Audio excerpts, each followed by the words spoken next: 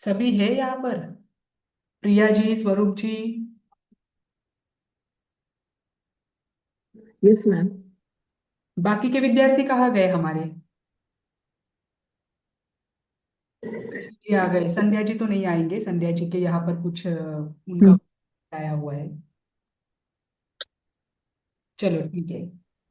अब हम theory of Karma को लेकर देख रहे थे। अब आपसे मैं पहले कुछ प्रश्न पूछूंगी, फिर हम सभी दर्शनों का कर्म सिद्धांत देखेंगे, या फिर कर्म सिद्धांत देखते हैं, सभी दर्शनों के कर्म में तुलना, और उसके बाद मैं आपको प्रश्न पूछती हूँ। ठीक, ताकि आपको और क्लियरिटी आए। पहले तो मैं वो कंप्लीट कर लेती हूँ जो हमने पिछले क्लास में शुरू किया था। स्क्रीन शेयर हो रही है? अभी नहीं मैडम। अभी? अब आया। हाँ। देखो, हमने आ पिछली गया। क्लास में शुरू किया था कि भारतीय दर्शन जो है, उसमें कर्म बंध क्या है। उसके आधार पर आप जानोगे कि कर्म बंध के प्रमुख कारण प्रत्येक दर्शन में क्या बताए हैं। ठीक, जैसे हमने पिछली हम्म। क्लास में ये शुरू किया था कि वेदांत दर्शन है। वेदांत दर्शन हम्म। कर्म बंध का प्रमुख कारण अज्ञान मानता है। अज्ञान को ही विद्या। उनके लिए शब्द दिया गया है अविद्या। वहां पर अविद्या शब्द आता है, पर अविद्या का अर्थ है अज्ञान।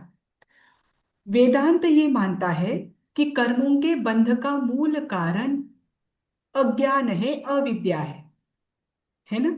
जी। उनका ये कहना है कि जब तक आपको आत्मा और शरीर इनका ज्ञान नहीं होता, तब तक आपको क्या नहीं हो सकता है, कर्म से छूटने का रास्ता नहीं मिल सकता, और अपवर्ग नहीं मिल सकता, या निश्रेयस की प्राप्ति नहीं हो सकती। हर जगह पर मोक्ष के लिए अलग अलग शब्दों का प्रयोग है, लेकिन अंत में अगर उन शब्दों का अर्थ देखें तो वही निकलता है। जैसे न्याय दर्शन, वेदांत दर्शन में मोक्ष के लिए अपवर्ग शब्द आता है, वैसे ही अगर बौद्ध दर्शन देखो, योग दर्शन देखो, सांख्य दर्शन देखो, तो यहाँ पर निश्रेयस शब्द भी कभी कभी देखने को मिलता है। और जैन दर्शन में भी कभी कभी निश्रेयस ये शब्द भी आता है, मोक्ष भी आता है। तो ये शब्द जो है मोक्ष को लेकर, पर्यायवाची शब्द हर दर्शन में कहीं ना कहीं यूज हुए हैं, और सबका अर्थ लगभग समान है। ठीक, तो उनका ये कहना है कि अपवर्ग की प्राप्ति तभी हो सकती है किसी भी जीव को, जब उनका अज्ञान दूर हो जाए। ठीक, अब उन्होंने क्या कहा, अज्ञान जो है वो सत और असत से भिन्न है। ध्यान रखना, जो सत पदार्थ है आत्मा यानी ब्रह्म, और असत पदार्थ है जो शाश्वत नहीं है, इन दोनों में भी नहीं है। जैसे कि एग्जाम्पल उन्होंने क्या दिया है, जैसे सत वस्तु है ब्रह्म, है ना, जो कभी नष्ट नहीं होगी, आत्मा। अब आत्मा जो है या परमात्मा, ये जो है इनका कभी नाश नहीं हो सकता, ये सत है। और असत यानी जो कभी शाश्वत नहीं हो सकते, उसके लिए उन्होंने दो एग्जाम्पल दिए हैं, आकाश पुष्प और बंध्या पुत्र।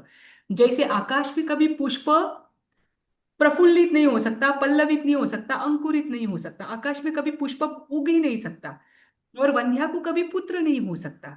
वैसे ही असत कभी सत्य नहीं हो सकता, वो कभी शाश्वत नहीं हो सकता। तो जो सत पदार्थ है और जो असत पदार्थ है, इन दोनों के भी प्रतीति में नहीं आता। ध्यान रखना, वह ज्ञान है, और ऐसा ज्ञान आपको संसार चक्र से छुड़ाता है। और जब तक आप अज्ञान में हो, तब तक आपको मोक्ष नहीं हो सकता। ये वेदांत मानता है। तो कर्म बंध का कारण क्या है वेदांत में? अज्ञान। सांख्य दर्शन कर्म बंध का कारण मानता है विपर्यय। विपर्यय का अर्थ होता है विपरीत ज्ञान, उसे विपर्यय शब्द कहा है।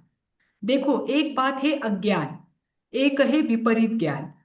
जैन दर्शन में उल्टा। जहां मिथ्यात्व के पांच भेद आते हैं, उनमें अज्ञान मिथ्यात्व आता है क्या? मिथ्यात्व के भेद में अज्ञान मिथ्यात्व आता है क्या? व्याख्यान तो नहीं आता मैडम। अज्ञान आता है ना। आता है। अच्छा। हाँ, अज्ञान मिथ्यात्व आता है, और एक विपरीत मिथ्यात्व भी आता है ना। ये पढ़ रहा था। जी। मतलब एक तो ज्ञान नहीं होना, अज्ञान भी मिथ्यात्व है, और विपरीत ज्ञान होना, ये भी मिथ्यात्व। विपरीत।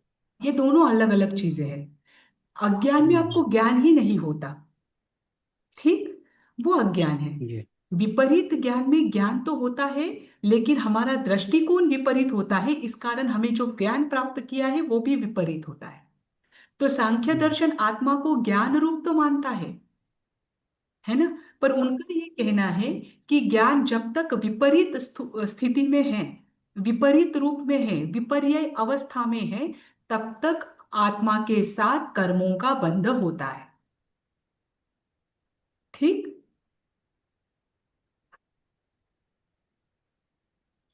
अब जो सांख्य दर्शन की अनुराधा नाम की व्याख्या है, उस व्याख्या में क्या बताया है? विपर्ययात, अर्थात ज्ञान के विपरीत अज्ञान का ग्रहण। अब एक दृष्टि से देखो, उन्होंने एक व्याख्या में अज्ञान को भी विपरीत की कोटि में लिया है। जो ज्ञान से विपरीत अज्ञान शब्द है उसे भी विपरीत की कोटि में लिया है, और जो गलत ज्ञान है उसे भी विपरीत की कोटि में लिया है। तो सांख्य दर्शन में अलग से अज्ञान शब्द नहीं मिलता, बस विपरीत ज्ञान के रूप में ही उन्होंने अज्ञान और विरोधी ज्ञान दोनों को समाहित कर लिया। और ये विपरीत ज्ञान जीव को किस कारण होता है? मोह के कारण, ठीक। इस कारण से यह विपरीत ज्ञान जो कि मोह से होता है, वह ज्ञान कर्म बंध का कारण है, ऐसा सांख्य दर्शन कहता है, ठीक। मैम अब सांख्य दर्शन तो क्या मैम, कौन सा मैम?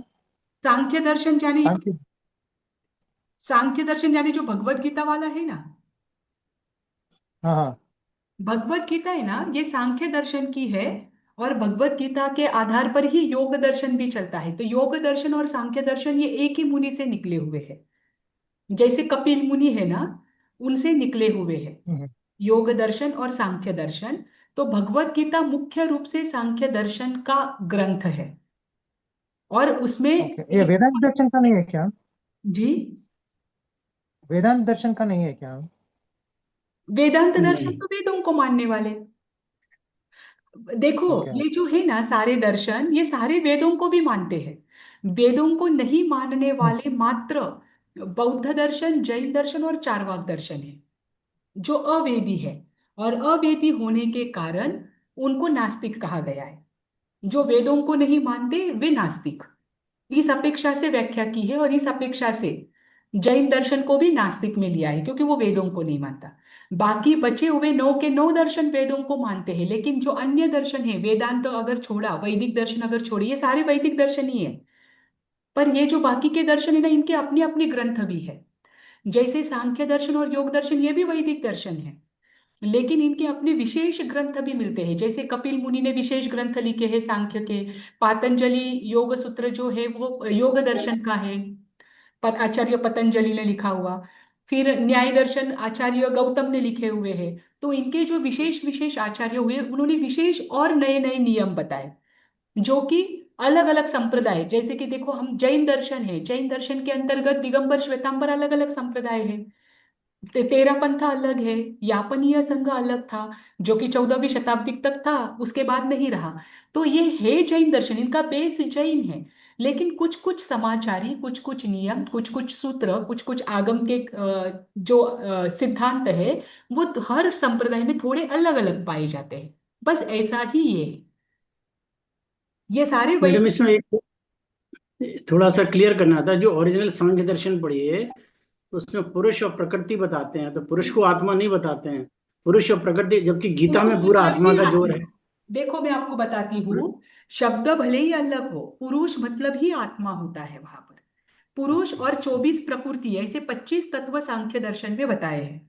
तो जो 24 जी प्रकृति के तत्व है, वो पुरुष को आकर मिलते हैं, उनसे जुड़ते हैं, तब उनका संसार शुरू होता है। उनमें पुरुष कुटस्थ नित्य बताया है। पुरुष यानी आत्मा, आत्मा यह कुटस्थ नित्य है। आत्मा ना कर्म की करता है ना भोगता है, उनके दृष्टि से। जी। बस प्रकृति आती है, तो उसके कारण आत्मा संसार में रहती है। प्रकृति के 24 तत्व जैसे ही पुरुष से दूर हो जाते हैं, मोक्ष हो जाता है। लेकिन मैडम वो ये कहते हैं कि जब पुरुष का प्रकृति से संबंध होता है तभी चेतना आती है। जब प्रकृति उसको ग्रहण करती है तब चेतना आती है। इसका मतलब पुरुष में मतलब चेतना नहीं थी अनुभूति। ना पहले। हाँ, तो इसी कुटस्थ नित्य के अंतर्गत वही आता है आत्मा में। एक्चुअली ना, उनके आप मेन टेक्स्ट पढ़ना। क्या होता है ना, बाद के आचार्य या बाद के लिखने वाले जो है ना, जैसे उनकी बुद्धि होती है ना, उसके अनुसार वे अपनी अपनी धारणाएं बनाते हैं। हालांकि जी। एक दृष्टि से अगर आप इन दर्शनों को देखें, इनके प्राचीन ग्रंथों को देखें, तो चेतना मात्र आत्मा का ही लक्षण है। तो फिर वो अजू अजू बन जाएगी वो पुरुष, अगर वो उसमें चेतना लक्षण ना रहा तो। वो कुटस्थ हम्म नित्यता का दर्शन देती है ना, या विषय देती है ना, तो उसके साथ सबने अपनी अपनी धारणाएं जोड़ दी है। ठीक। और उनका हम्म ये जो चेतना वो बताते हैं ना, एक्चुअल में जैसे चार्वाक दर्शन बताता है कि जब पंच महाभूत तो एकत्रित हो जाते हैं तब उनमें एक शक्ति आती है, उस शक्ति को उन्होंने चेतना नाम दिया। जैसे कि उसके लिए वो एग्जाम्पल बताते हैं कि जैसे द्राक्षा आदि आपने भिगोए उसकी मदिरा बनाने के लिए, तो आपने उसे सड़ा कर रखा, सड़ाने के बाद उसमें जो मादकत्व गुण आता है वो कहाँ से आया? तो इनको सड़ाने से और इनका एकत्रीकरण होने से, उनकी प्रक्रिया होने से। बस ऐसे ही है कि पंच महाभूत एकत्रित हो गए तो उसमें गुण आ जाता है। वो गुण है चेतना गुण। तो ये सबकी अपनी अपनी धारणा है, लेकिन ये तो जीव ही है। जीव में जो उपयोग लक्षण बताया है वही चेतना है, या उपयोग लक्षण के साथ जो अनुभव करता है, संवेदन करता है, वही चेतना है। तो चेतना का अर्थ उन्होंने अलग लिया भाव, है ना। हम्म पर वो जीव तो उनके भी दृष्टि में अजीव तो नहीं है, पुरुष तो है ही, पुरुष का मोक्ष भी है। तो वो हम्म चेतना जिसे बोल रहे हैं ना, वो चेतना जैन दर्शन नहीं कहता। जैन दर्शन के अनुसार आत्मा ही चेतन है, जिसमें चैतन्य नामक गुण ऑलरेडी है, जो मेरी उससे क्लास कभी चल रही नष्ट है। नहीं हो सकता। देखो, मैं आपको दोनों चीजें बताती हूँ। चैतन्य गुण जिसे जैन दर्शन कहता है, जिसे आत्म जैन दर्शन चेतना कहती है, वो चैतन्य गुण आत्मा में सदा से विद्यमान है, इस कारण आत्मा जीव है। बराबर। अब जी। सांख्य दर्शन जीव को जीव मानता है, पुरुष को पुरुष मानता है। तो वो पुरुष मानने के पीछे जो उनका प्रमुख कारण है, प्रमुख गुण है, उस गुण को वो चेतना नहीं कहते, लेकिन वो गुण जैन दर्शन के अनुसार चेतना है। अब वो जिसे चेतना कहते हैं, वो उनका हम्म बाद में रहा हुआ संसारीपन का संवेदन भी हो सकता है, क्योंकि वो तो कुटस्थ नित्य मानता है, वो आत्मा को स्थिर मानता है। आत्मा को वो परिणामों से युक्त मानता ही नहीं है, अगर वो मोक्ष में है तो। है ना, उनके अनुसार तो आत्मा करता भी नहीं है और भोगता भी नहीं है। तो संसार में रहने के कारण जो विशेष अनुभूति उनको होती है, भले ही वो 24 प्रकृति के तत्वों में अहंकार हो, बुद्धि हो, मस्तिष्क हो, मन हो, वो सब उसमें ले लिया, कर्मेंद्रिया, ज्ञानेंद्रिया। तो ये इन सबके मिलाकर वो जो मानते हैं कि हाँ उसमें एक अनुभूति होती है, जीव उसे अपना मानने लगता है, उस स्थिति में वो चेतना को बताते हैं। तो अगर इसमें डीप में जाओगे तो और कंफ्यूज हो जाओ। क्योंकि होता क्या है ना, हम्म कभी कभी समान शब्द होते हैं पर उनका अर्थ प्रत्येक दर्शन में अलग अलग रूप से दिया गया होता है। जैसे मोक्ष को जैन दर्शन कहता है मुक्त, मुक्त आत्मा जो कभी संसार में जन्म मरण नहीं करेगा। लेकिन आप वैदिक दर्शन में मोक्ष की परिभाषा देखोगे, वैकुंठ की परिभाषा देखोगे, तो वो तो और अलग है। तो वो तो जैन दर्शन के स्वर्ग के साथ मैच करती है, पर उसे वो नाम करेक्ट। मोक्ष देते हैं। हम्म है ना। तो वो शब्दों के साथ में उनके अर्थ क्या बताते हैं वहां पर, उस हिसाब से अगर हम जैन दर्शन के साथ कंपेयर करें तो हमें आसान रहेगा। ठीक। Yeah. उसके बाद भी मीमांसा दर्शन है। ये हम अ, ये देखेंगे। मीमांसा दर्शन तो और कठिन है। मीमांसा के दो भेद होते हैं, उत्तर मीमांसा और कर्म मीमांसा। अब इसमें कर्म कांड को बहुत महत्व दिया है मीमांसा दर्शन। तो इनके अनुसार कर्म भी कर्म कांड ही है।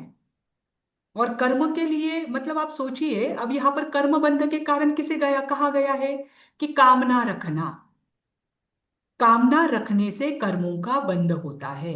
मतलब इनकी जो कर्मों को लेकर या कर्म बंध को लेकर संकल्पना है ना, ये बहुत स्थूल है। ये मात्र जो आप क्रियाएं करते हैं ना, उसे ही वो कर्म कहते हैं। और उन क्रियाओं के पीछे जो आपकी इच्छा होती है, आपकी कामना होती है, वही कर्म बंध का कारण है। ठीक। जैसे उन्होंने एग्जाम्पल दिया है कि पुत्र प्राप्ति की इच्छा, स्वर्ग प्राप्ति की कामना, या अपने कोई कर अपनी यज्ञ आदि किया है उसके फल की कामना, ये आपके किए जाने वाले कर्मों का बंध है। जैसे मैं एग्जांपल बताती हूँ, किसी राजा को पुत्र नहीं था, उन्होंने पुत्र प्राप्ति के लिए यज्ञ किया, है ना। पुत्र प्राप्ति हो इस आकांक्षा से, इस अपेक्षा से, ये फल की अपेक्षा रखकर उन्होंने यज्ञ किया, तो उनको कर्मों का बंध हुआ, शुभ कर्मों का बंध हुआ। शुभ कर्मों के बंध के रूप में उनको आगे पुत्र मिलेगा, आगे उनका संसार बढ़ेगा। तो यहाँ पर जो कर्म का बंध हुआ वो किसके कारण हुआ? उनके पुत्र प्राप्ति की जो इच्छा थी और उस इच्छा के अनुसार उन्होंने जो कार्य किया, उसके कारण उनका कर्म बंध हुआ शुभ कर्मों का, और उसका फल उनको मिलेगा। बस यहाँ तक ही इनकी संकल्पना चलती है। इनका प्रमुख है सब यज्ञ या आदि, यज्ञ कांड आदि करना। ये जैमिनी, आचार्य जैमिनी जो थे, उनका ये मीमांसा दर्शन है। तो उनके अनुसार कर्म बंध का कारण क्या है? तो फलों की कामना करना। जो भी कार्य हम करते हैं उसके फल की इच्छा रखना, ये कर्म है, या ये कर्म बंध का कारण है। ठीक। फिर आता है न्याय वैशेषिक दर्शन। न्याय और वैशेषिक दर्शन लगभग समान है। देखो, सांख्य दर्शन और योग दर्शन, इनके 85% सिद्धांत समान है। न्याय और वैशेषिक दर्शन, इनके भी लगभग सारे सिद्धांत समान है। अलग अलग दर्शन ये, लेकिन इनके सिद्धांत लगभग समान है। न्याय दर्शन गौतम ऋषि का है, और वैशेषिक दर्शन जो विष्णु को मानने वाले हैं उनका है। न्याय से ही वैशेषिक अलग निकला है। ठीक। अब देखिए, जैसे मैंने पिछली बार आपको 7 निर्णय बताए थे, 7 निर्णय में मैंने एक रोहगुप्त बताया था आपको, षडूलुक रोहगुप्त, याद है आपको? हम्म। रोहगुप्त का नाम लिया था। वो रोहगुप्त ही, हम्म। उन्होंने क्या किया, 3 राशि की प्ररूपणा की, जीव राशि, अजीव राशि और नो जीव राशि, है ना। और उनके गुरु ने समझाया भी कि नहीं, 2 ही राशियां होती है, जीव और अजीव। नो जीव राशि नाम की कोई राशि नहीं होती है। पर फिर भी अहंकार के कारण वो पीछे हटना नहीं चाहते थे। उन्होंने कुतर्क करके 3 राशियां सिद्ध कर दी। और गुरु ने जब कहा कि नहीं, तुमने कुतर्क करके ये सिद्ध किया है, तुम क्या करो, जाकर बता दो कि मुझे बस हराना था इसलिए मैंने ये कहा था, वास्तव में 2 ही राशियां हैं। पर अब अहंकार जब आ जाता है तब व्यक्ति पीछे हटना नहीं चाहता। रोहगुप्त पीछे हटते नहीं है, और रोहगुप्त अपने गुरु से अलग होकर नया दर्शन स्थापित करते हैं। वो था वैशेषिक दर्शन। 9 पूर्वों से अधिक का अध्यास अभ्यास उन्होंने किया था, 9 पूर्वों से अधिक का। अब सोचिए कि पूर्वधारी को भी अहंकार छुटता नहीं है। ये हम्म। निर्णय जो हुए ना, ये सारे पूर्वधारी थे। तो ये वैशेषिक दर्शन और न्याय दर्शन, ये जैन दर्शन की तरह ही कर्म बंध का मुख्य कारण राग, द्वेष और मोह मानते हैं। ठीक। अब उनका क्या कहना है, राग से जीव में 5 दोष उत्पन्न होते हैं। राग से जीव में काम काम की वासना बढ़ती है, स्पृहा बढ़ती है, तृष्णा बढ़ती है, आसक्ति बढ़ती है, लालच बढ़ता है ना। और द्वेष से क्रोध बढ़ता है, ईर्ष्या बढ़ती है, असूया बढ़ती है, तृष्णा तो दोनों जगह लिया है उन्होंने। तो दोष से 5 दोष उत्पन्न होते हैं, राग से 5 दोष उत्पन्न होते हैं। ठीक। और इन दोषों के कारण जीव संसार में भटकता रहता है, और इन सब दोषों का मुख्य कारण है मोह। ध्यान रखो, मतलब राग, द्वेष और मोह, इनसे उनके अन्य दोष उत्पन्न होते हैं, और इन दोषों के कारण जीव संसार में भटकता है। ये न्याय दर्शन का कहना। वैशेषिक दर्शन क्या कहता है कि वेदांत जो कहता है ना वो सही है। अविद्या से ही क्या होता है, जीव संसार में रहता है। लेकिन अविद्या मात्र अज्ञान नहीं है, क्योंकि वेदांत दर्शन ने क्या कहा कि अज्ञान से ही क्या होता है, जीव संसार में परिभ्रमण करता है। तो यहाँ पर वे बता रहे हैं कि अविद्या मात्र क्या नहीं है, अज्ञान नहीं है। आपको ज्ञान में संशय होना, ये भी अज्ञान है। ज्ञान विपरीत होना, ये भी अविद्या है, अज्ञान है। अनध्यवसाय यानी उसमें स्पष्टता ना होना, निर्विकल्पक होना, ये भी अज्ञान है। और आपको स्वप्न रूप, स्वप्न कैसा होता है, जैसे स्वप्न में आपको सब सत्य फलित होता है, लेकिन वास्तव में स्वप्न तो असत ही होता है। तो स्वप्न के भांति जो ज्ञान होता है वह भी अविद्या है। मतलब वैशेषिक दर्शन ने उस अविद्या को चार कैटेगरी में डिवाइड किया कि ये चारों के कारण जीव संसार में भ्रमण करता है। जब आपको अपने ज्ञान में संशय हो तब भी आपका ज्ञान अज्ञान है। जब आपका ज्ञान विपरीत हो तब भी आपका ज्ञान अज्ञान है। आपका ज्ञान निर्विकल्पक हो यानी शुरुआत की दशा में हो, जिसमें कोई स्पष्टता नहीं है, ऐसा ज्ञान भी अनध्यवसाय कहलाता है। और ऐसा ज्ञान भी अज्ञान है, अविद्या है।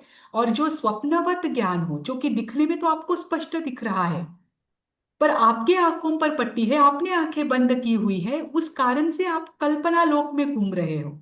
ये जो कल्पना लोक वाला ज्ञान है वो भी अविद्या है, ऐसा वैशेषिक दर्शन ने कहा है। तो ध्यान रखना, वेदांत दर्शन में कर्म बंध का कारण और वैशेषिक दर्शन में कर्म बंध का कारण, दोनों कर्म बंध का कारण अविद्या है, लेकिन दोनों अविद्या में अंतर है।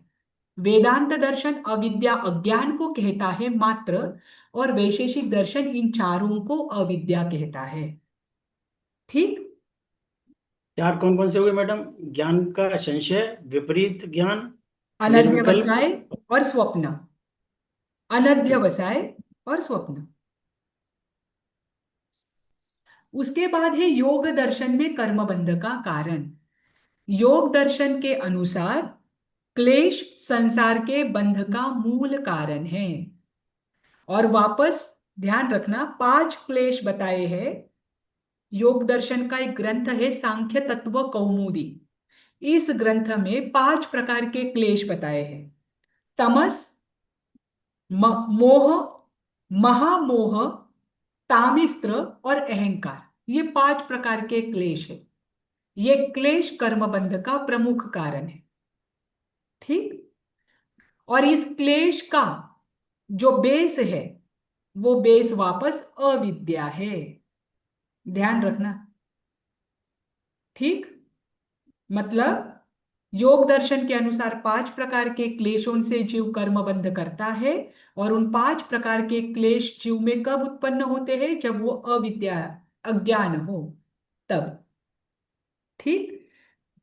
अब इन सभी दर्शनों की हम थोड़ी सी जैन दर्शन के साथ तुलना देखेंगे और फिर मैं आपको प्रश्न पूछूंगी। अगर ये प्रश्न आज क्लास में नहीं हुए तो आप लिख लेना। लिखने की कोई जरूरत नहीं है, कल मैं डिस्कस ही करूंगी, आप तुरंत दे पाओगे। अब देखो, जैन और बौद्ध दर्शन में कर्म सिद्धांत की तुलना को लेकर, जैसे मैंने पहले क्लास में आपको बताया था कि बौद्ध दर्शन में जहां पर कुशल और अकुशल कर्म आता है, जैन दर्शन में वहां पर पुण्य और पाप कर्म आता है ना।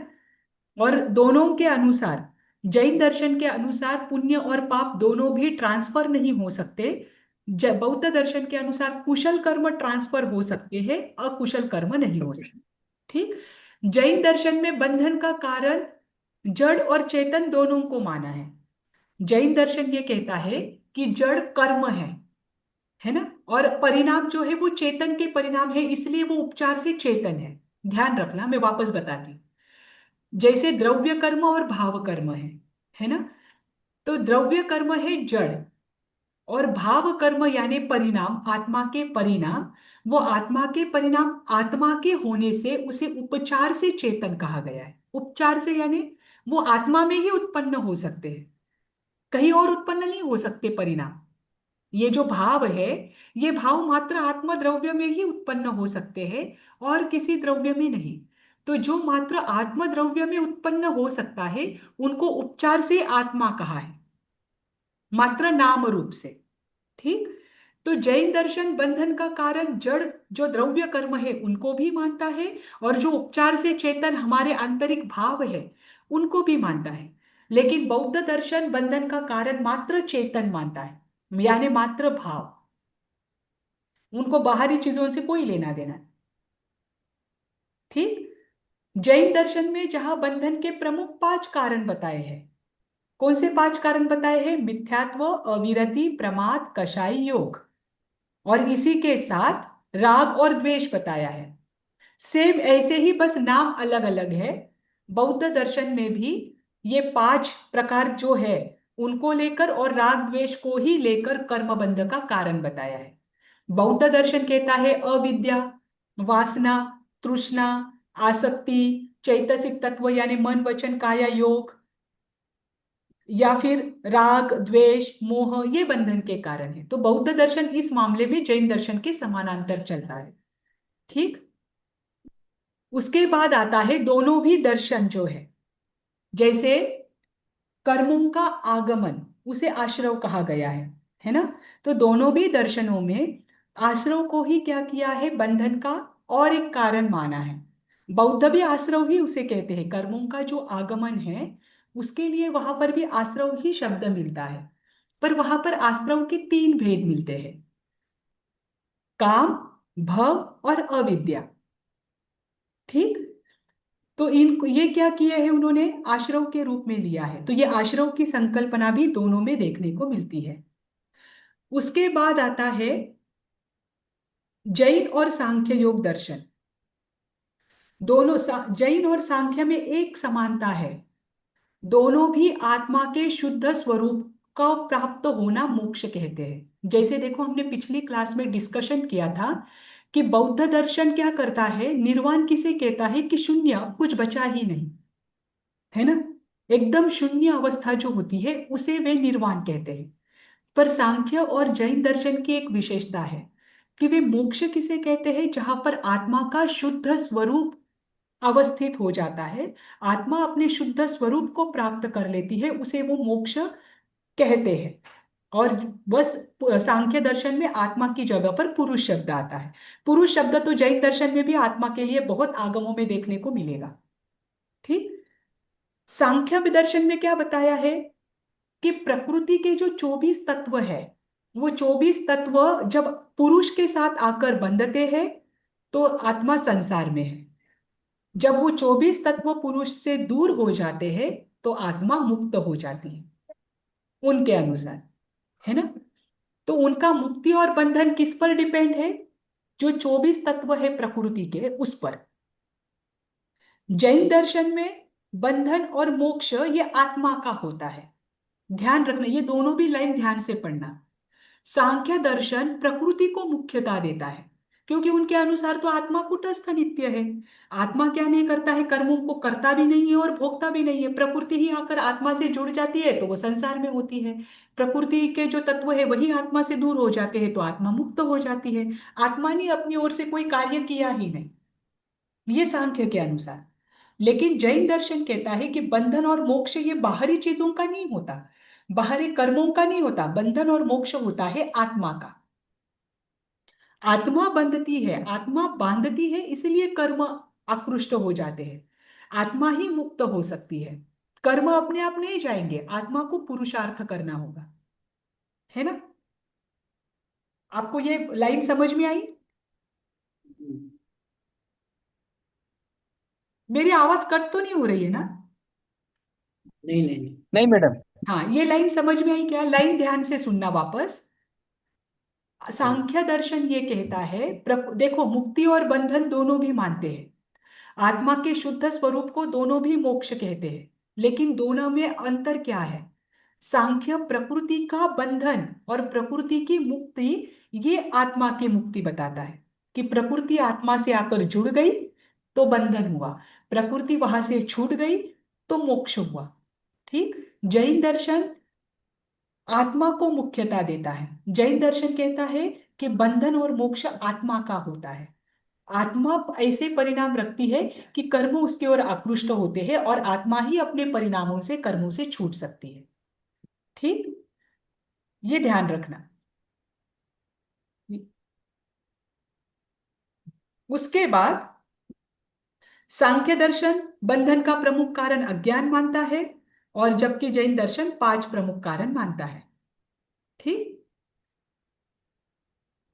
उसके बाद आता है जैन और न्याय वैशेषिक दर्शन में क्या समानता और क्या भिन्नता है। न्याय दर्शन, सबसे बड़ी बात है, न्याय और वैशेषिक दर्शन ईश्वर कर्तृत्व को मानता है। ध्यान रखना, न्याय और वैशेषिक दर्शन क्या कहते हैं कि कर्म फल का नियामक, आपके कर्मों का फल देने वाले ईश्वर है। ये सबसे बड़ी भिन्नता है। जैन दर्शन और न्याय दर्शन और वैशेषिक दर्शन की। न्याय और वैशेषिक क्या कहता है कि कर्मफल का नियामक ईश्वर है। जैन दर्शन वो नहीं मानता। जैन दर्शन कहता है कि कर्म स्वतः फल देने में सक्षम है। मोक्ष के विषय में भी दोनों में क्या है, मतभेद है। न्याय वैशेषिक के अनुसार मोक्षावस्था में आत्मा अचेतन हो जाती है, ध्यान रखो, वह आनंद भी नहीं रहता। ध्यान रखना, न्याय और वैशेषिक क्या कहता है कि आत्मा ने एक बार मोक्ष प्राप्त कर लिया तो उसमें ना चेतना की अनुभूति होती है, ना वहां पर किसी भी प्रकार का आनंद होता है। वो मोक्ष किसे मानते हैं, जो अत्यधिक दुख है उस दुख की निवृत्ति। जैन दर्शन मुक्त अवस्था में चेतना भी मानती है, आनंद भी मानती है। जैन दर्शन कहती है बराबर है, जो अत्यंतिक दुख है उसकी निवृत्ति ही सुख है। अगर मैं दुखी नहीं हूं तो ऑब्वियस मैं सुखी हूं, है ना। तो न्याय और वैशेषिक दर्शन में अंतर इतना है, जहां पर जैन और न्याय वैशेषिक का विषय चलता है, तो न्याय और वैशेषिक ये कहता है कि कर्मों का फल देने वाले ईश्वर है। आप कर्म करोगे आपको फल ईश्वर देगा। जैन दर्शन ये नहीं मानता। और दूसरी बात, न्याय वैशेषिक दर्शन मानते हैं कि मोक्ष अवस्था में आत्मा अचेतन हो जाती है और ना ही उसमें कोई आनंद रहता है। जैन दर्शन कहता है मुक्त अवस्था में आत्मा जो है वो अत्यधिक दुख से निवृत्त होती है, मतलब वो सुख में होती है, और चेतना युक्त तो आत्मद्रव्य हमेशा रहता है, तभी तो वो आत्मा है, तभी तो वो जीव है। ठीक। बाकी कर्म बंध का कारण न्याय दर्शन में वैशेषिक दर्शन में भी वही दिया है जो कि जैन दर्शन में दिया है, राग द्वेष और मोह, ये समानता है। फिर जैन दर्शन और योग वशिष्ठ, इन दोनों दर्शनों में क्या है, क्या समानता है। तो जय जहाँ योग वासिष्ठ जो दर्शन है वो कर्म बंधन का प्रमुख कारण वासना मानता है, वही जैन दर्शन राग द्वेष मानता है। लगभग इन दोनों का अर्थ समान ही होता है। ठीक।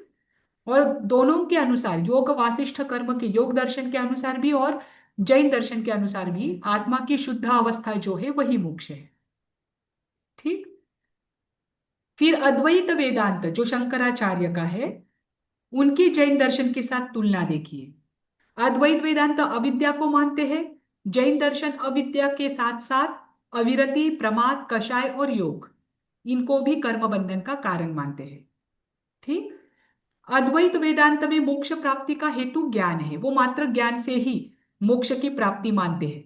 उनका यह कहना है कि बस तत्व ज्ञान आपको अच्छे से प्राप्त हो जाए, आपको ज्ञान की प्राप्ति हो जाए, आपको मोक्ष हो जाएगा, उसके लिए दर्शन और चारित्र की कोई आवश्यकता नहीं। जैन दर्शन कहता है सम्यक दर्शन, सम्यक ज्ञान और सम्यक चारित्र, इन तीनों का एक साथ आना ही मोक्ष का मार्ग बन सकता है। मात्र ज्ञान होने से कुछ नहीं होता, ज्ञान के साथ साथ आपके पास दर्शन भी विशुद्ध होना चाहिए और आपका आचार भी विशुद्ध होना चाहिए, तभी आप क्या कर सकते हो, मोक्ष का प्राप्त कर सकते हो। ठीक। ये इन दोनों में अंतर है। मैं अंतर कभी भी किसी का भी पूछूंगी, ध्यान रखना, कंफ्यूज मत होना, क्योंकि आपको बहुत सरल शब्दों में यहाँ पर दिया हुआ है और बहुत डीप में नहीं दिया है। अब चलो, मैं आपको प्रश्न पूछती हूँ, क्योंकि मुझे जैन धर्म में कर्म सिद्धांत क्या है उसे शुरू करना है। अब मुझे बताइए, क्या आत्मा और कर्म एक है। नहीं। सबका यही कहना है। हम्म। क्या आत्मा और कर्म एक है। नहीं। जितेंद्र जी। yes।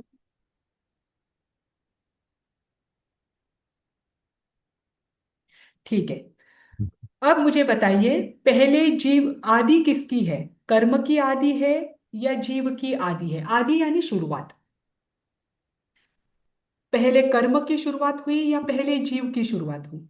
जीव की कोई आदि है, आत्मा की कोई आदि है कि हाँ यहां से आत्मा शुरू हुई, यहां से आत्मा का सफर शुरू हुआ। जी नहीं, प्रिया जी। कोई आदि नहीं। आदि नहीं है मैम।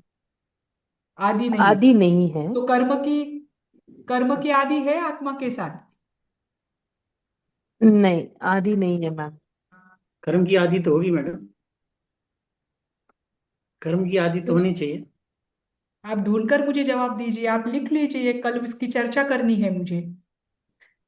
जीव और कर्म की आदि है क्या? पहले जीव हुआ, फिर कर्म उसे आकर चिपक गए, जैसे कि सांख्य दर्शन कहता है। जैसे आप कर्म की आदि कह रहे हो, तो आप सांख्य दर्शन के तत्वों को मानते हो कि पहले जीव था, प्रकृति आकर उससे जुड़ गई। तो फिर जो सिद्ध भगवान हैं, उनके भी तो कर्मों की आदि कभी भी शुरू हो सकती है। देखो, मैं आपको एक बात बताती हूँ। मुझे इसका मैं थोड़ा डिस्कशन करती हूँ, कल आप मुझे जवाब देना। आत्मा है, आप कर्म की आदि मानोगे, बराबर। कर्म की आदि मानोगे तो कर्म की आदि और जीवन आदि है। जीव के आप आदि नहीं मानते, ठीक। अब कर्म की आदि है, इसका मतलब कर्म आत्मा से कभी ना कभी जुड़ा। तो उसके पहले आत्मा तो मुक्त थी ना, कर्म से रहित थी, बराबर। हम्म, ये अगर आप कर्म की आदि मानोगे तो क्या होगा? आत्मा कर्म जुड़ने से पहले मुक्त थी, वो कर्मों से रहित थी। इसका हो नहीं मतलब क्या सकता। हुआ कि जो मुक्त आत्मा है वो वापस संसार में आ सकती करेक्ट। है ना। हम्म। इसीलिए मैंने ये शुरू कर्म सिद्धांत शुरू करने के पहले, इसीलिए मैं ये 6 प्रश्न आपको पूछ रही हूँ। क्योंकि क्या होगा ना, ये दर्शन क्यों अलग अलग है कर्म सिद्धांत की अपेक्षा से, और जैन दर्शन का कर्म सिद्धांत क्या है, ये समझने में हमें आसानी होगी अगर हमें इसकी क्लियरिटी आ जाएगी तो। ठीक। अब तीसरा है कि पहले कर्म था बाद में जीव था, या पहले जीव था बाद में कर्म था, या दोनों भी नहीं थे, या दोनों भी साथ में रहे हैं।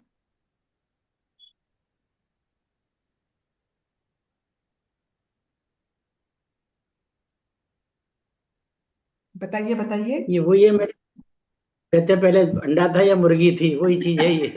बीज है या हाँ, वृक्ष है, वैसा ही वही समझ लीजिए, सेम। वैसा ही समझ लीजिए। बीज है या वृक्ष है, बीज नहीं है तो वृक्ष कैसे बनेगा, और वृक्ष नहीं होगा तो बीज कहाँ से आएगा। पर दोनों ये साथ में है ना, अनआंसर्ड। इसका मतलब। हाँ, दोनों साथ में ही है। हाँ, उसे लेकर एक संकल्पना आएगी जैन दर्शन में, जो कि मैं क्लियर करूंगी। अब मुझे बताइए, क्या जीव और कर्म एक साथ उत्पन्न हुए हैं? नहीं, नहीं, जीव तो क्योंकि उत्पन्न हो ही नहीं सकता, क्योंकि द्रव्य है ना, तो हाँ, द्रव्य तो उत्पन्न हो ही नहीं सकता। ये दोनों भी अनादिकाल से है, दोनों भी द्रव्य है। ध्यान रखना, कर्म भी द्रव्य है, बस वो पुद्गलास्तिकाय के अंतर्गत आता है ना। तो जो भी द्रव्य है वो सत है, और वो हमेशा से रहे हुए हैं। ठीक। फिर हम्म, क्या जीव कर्म मुक्त है? क्या कर्म मुक्त हो हम्म, सकता है? हाँ, हो सकता हो है। सकता है। मुक्त जीव। और जीव और कर्म, इन दोनों का एक दूसरे के साथ अनुबंध कैसे होता है? कैसे होता है? हम कर्मों से युक्त है, बराबर। तो हम दोनों का, जीव हमारे साथ कर्मों का अनुबंध कैसे हुआ है? कैसे हुआ है वही मतलब, भाव, कैसे जुड़े हुए? भाव कर्म जो, भाव कर्म और द्रव्य कर्म मिल गए ना, तो क्या वो जैसे दूध और पानी का संबंध है, उस तरह से होता है। हाँ, बराबर। दूध और पानी, तो दूध और पानी कैसे जुड़े हुए हैं एक दूसरे के साथ? पूर्ण रूप से मिले हुए हैं, है ना। बस वैसे ही आत्मा और कर्म का संबंध है, इसे लेकर हम डिस्कशन करेंगे अगले क्लास में। आपको बस आज ये 5 प्रश्नों के उत्तर ढूंढने हैं, ताकि आपको जैन दर्शन के अनुसार कर्म सिद्धांत क्या है ये अच्छे से समझ में आए। और जब जैन दर्शन के अनुसार कर्म सिद्धांत क्या है, आत्मा और जीव और कर्म का बंध कैसे होता है, जब ये हम देख लेंगे तो हम कर्म के प्रकारों में जाएंगे।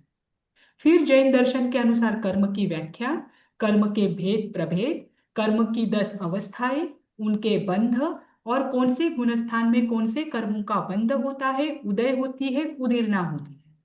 इसे लेकर हम अगले 2 यूनिट में देखेंगे, जब पहला यूनिट पूरा हो जाएगा। और फिर 4th यूनिट में मनोवैज्ञानिक अध्ययन करेंगे कर्म सिद्धांत का। ठीक। इस दृष्टि से आपका जो कर्म सिद्धांत है, थ्योरी ऑफ कर्म है, वो पूरा हो जाएगा। आज के विषय को लेकर किसी को कोई शंका है? क्योंकि नया विषय में शुरू नहीं कर सकती, बस 20 सेकंड बचे हैं। किसी को कोई शंका है? पद्मिनी जी, इसका स्वरूप पीडीएफ जी, भेज दिया। चाहिए कुछ? जी, अनिल जी बोलिए। नहीं। No madam. नहीं मैम। देखो, हाँ, इसका मैं पीडीएफ कभी भी भेज दिया कोई भी मैडम। प्रश्न पूछ सकती हूँ।